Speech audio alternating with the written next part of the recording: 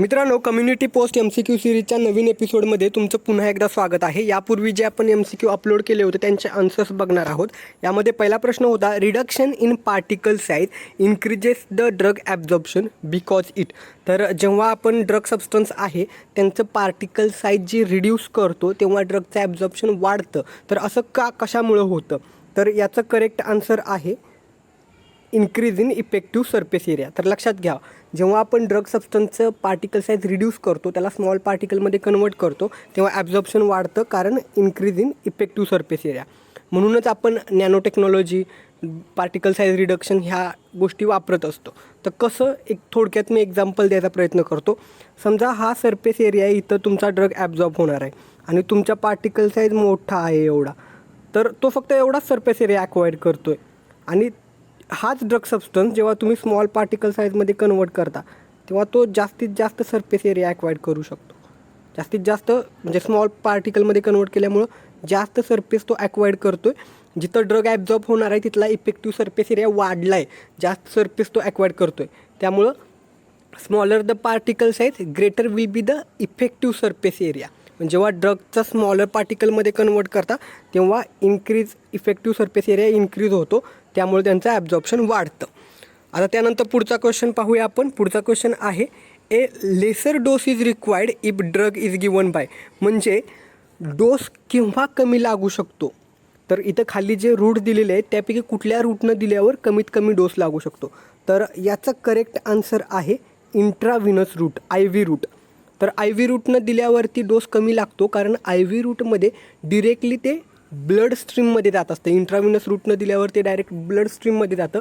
त्यामध्ये कुठंही जे काही आपलं गॅस्ट्रो इंटेस्टिनल ट्रॅक्ट किंवा मग लिव्हरमध्ये जाऊन मेटाबॉलिझम होऊन ड्रग लॉस व्हायचा चान्सेस अजिबात नसतो. त्यामुळं IV रूटनं जेव्हा ड्रग देतो त्यावेळेस कमीत कमी डोस लागत असतो.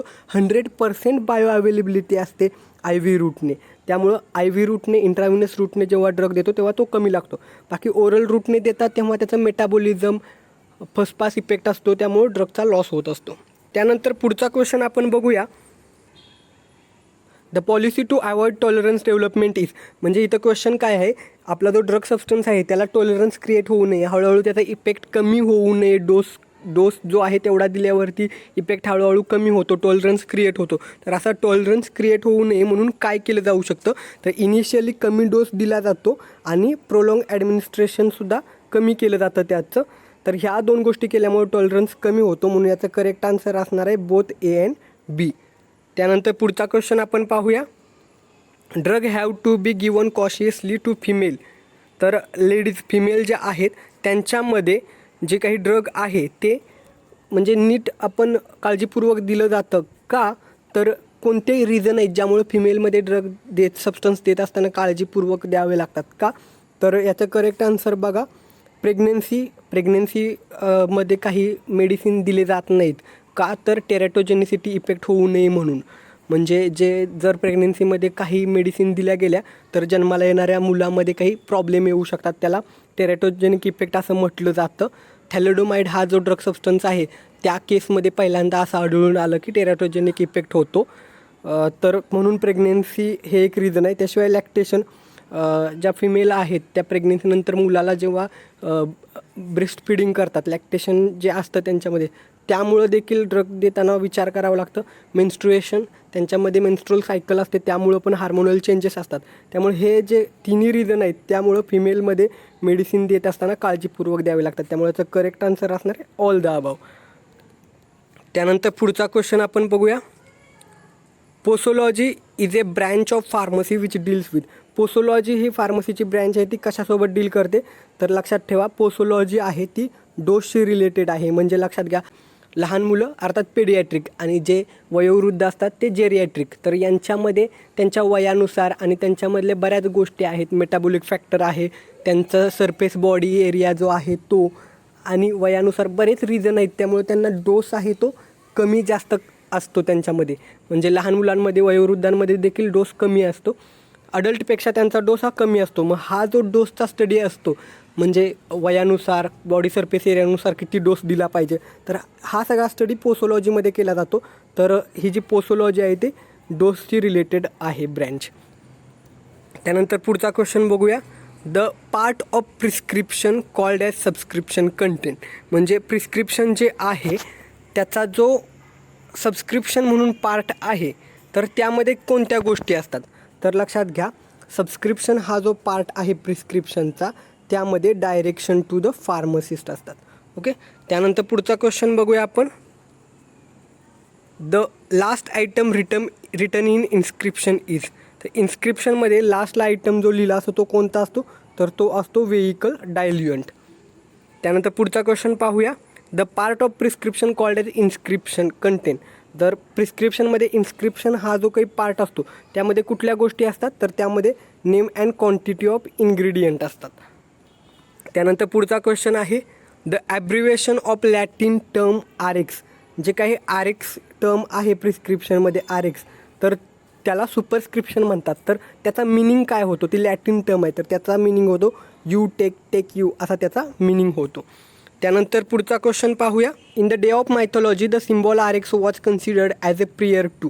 तर याचं करेक्ट आन्सर आहे ज्युपिटर. तर लक्षात ठेवा, लॅटिन टर्म आहे आणि त्यांच्या इकडे गॉड ऑफ हिलिंग म्हणून ज्युपिटरला पाहिलं जातं आणि म्हणून ते RX सिम्बॉल पेशंट लवकर बरा व्हावा म्हणून त्याला केलेली प्रेयर असं समजलं जातं. बऱ्याच जणांनी धन्वंतरी हा पर्याय निवडलेला आहे. तर लक्षात ठेवा, धन्वंतरी ही मेडिसिनची देवता आहे. आपल्या इकडे आयुर्वेदानुसार धन्वंतरी भगवान विष्णूंचा जो अवतार आहे तो मेडिसिनची देवता म्हटलं जातं. पण ही जे RX सिम्बॉल आहे ते लॅटिन आहे आणि ते त्यांच्या इकडली टर्म आहे म्हणून ज्युपिटरसाठी आहे. धन्वंतरी ही आपल्या आयुर्वेदानुसार किंवा आपल्या हिंदू धर्मसंस्कृतीनुसार भगवान विष्णूंचा अवतार आहे, जी औषधांची देवता मेडिसिनची औषधांची देवता म्हणून धन्वंतरींना पाहिलं जातं. पण याचं करेक्ट आन्सर ज्युपिटर आहे, कारण हे लॅटिन टर्म आहे आणि त्यांच्यानुसार RX सिम्बॉल ज्युपिटरसाठी वापरलं जातं. The superscription is represented by symbol. तर याचं उत्तर आहे RX, कारण आपण बऱ्याचदा पाहिलं आहे हा पॉईंट. RX जे आहे ते सुपरस्क्रिप्शन आहे आणि याचा मिनिंग लॅटिन भाषेत आहे. याचा मिनिंग यू टेक किंवा टेक यू असा होतो आणि जे की ज्युपिटर हा जो देव आहे त्यांच्या इकडला त्याला पेशंट लवकर बरा व्हावा म्हणून प्रेयर केली जाते असं समजलं जातं. त्यानंतर पुढचा पार्ट बघूया. The prescription must be received and checked by. Prescription कोणी रिसीव केलं पाहिजे आणि चेक केलं पाहिजे, तर याचं करेक्ट आन्सर आहे फार्मसिस्ट. फार्मसिस्टनंच प्रिस्क्रिप्शन रिसीव आणि चेक केलं पाहिजे. त्यानंतर पुढचा क्वेश्चन बघूया. In which language the abbreviation in prescription writing is very much common specially in the dose instruction. तर कोणत्या लँग्वेजमध्ये हे इन्स्ट्रक्शन लिहिलेले असतात बऱ्यापैकी, तर हे लॅटिन भाषेत असतात जे काही इन्स्ट्रक्शन वगैरे प्रिस्क्रिप्शनमध्ये असतात ते. त्यानंतर पुढचा क्वेश्चन पाहूया. Prescription is an order written by register medical practitioner. म्हणजे फिजिशियनने जे प्रिस्क्रिप्शन लिहिलेले असते ते रिटर्न ऑर्डर कोणाकडे असते मेडिसिनची, तर ती फार्मसिस्टकडे ऑर्डर असते. ओके, आणि लक्षात ठेवा प्रिस्क्रिप्शन हे लिगल डॉक्युमेंट असतं. तर अशा पद्धतीनं आपण मागच्या वेळेस जे क्वेश्चन अपलोड केले होते ते डिस्कस केलेले आहेत. जर तुम्हाला ही सिरीज आवडत असेल तर सर्व फार्मसीच्या विद्यार्थ्यांसह शेअर करा. व्हिडिओ शेवटपर्यंत पाहिलात त्याबद्दल खूप खूप धन्यवाद.